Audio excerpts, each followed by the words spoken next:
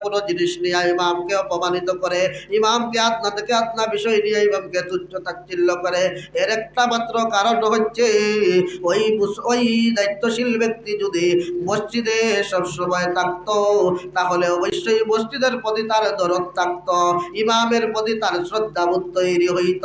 সে যখন সবসময় মসজিদের হাতার ভিতরে থাকে না, সে যখন সবসময় মসজিদের মধ্যে আসে না, যার কারণে মসজিদের মোহাব্বত তার দিলের মধ্যে নাই, ইমামের প্রতি শ্রদ্ধাবোধ তার অন্তরের মধ্যে নাই, যার কারণে তুচ্ছ বিষয়কে নিয়ে একজন সম্মানিত ব্যক্তি ইমাম সাহেবকে আপনার কি করে বেইজ্জত বেহুরমত করতে চায়।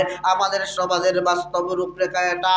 এজন্যই ও আমার মুসলমানেরা, আমি আজকে আল্লাহর ঘর মসজিদের মধ্যে বসে আপনাদেরকে এবং আমি আমার নিজেকে উপদেশ এটাই দিতেছি যে আমরা যতদিন বেঁচে থাকবো, মসজিদের যদি দায়িত্ব নিয়ে থাকি, অবশ্যই মসজিদের দায়িত্ব নিলে অবশ্যই আমি নামাজ পড়ারও দায়িত্ব নিতে হবে।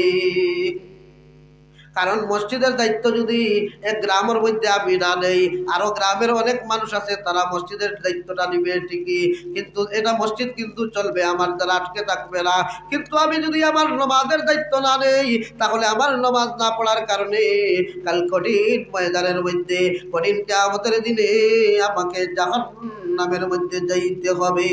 এজন্যই মসজিদ কমিটির মধ্যে প্রবেশ করার চাইতে মসজিদের মুসল্লি হওয়া আগে জরুরি না জরুরি না? মসজিদের মুসল্লি হওয়া আগে জরুরি নাকি কমিটির মধ্যে প্রবেশ করা জরুরি?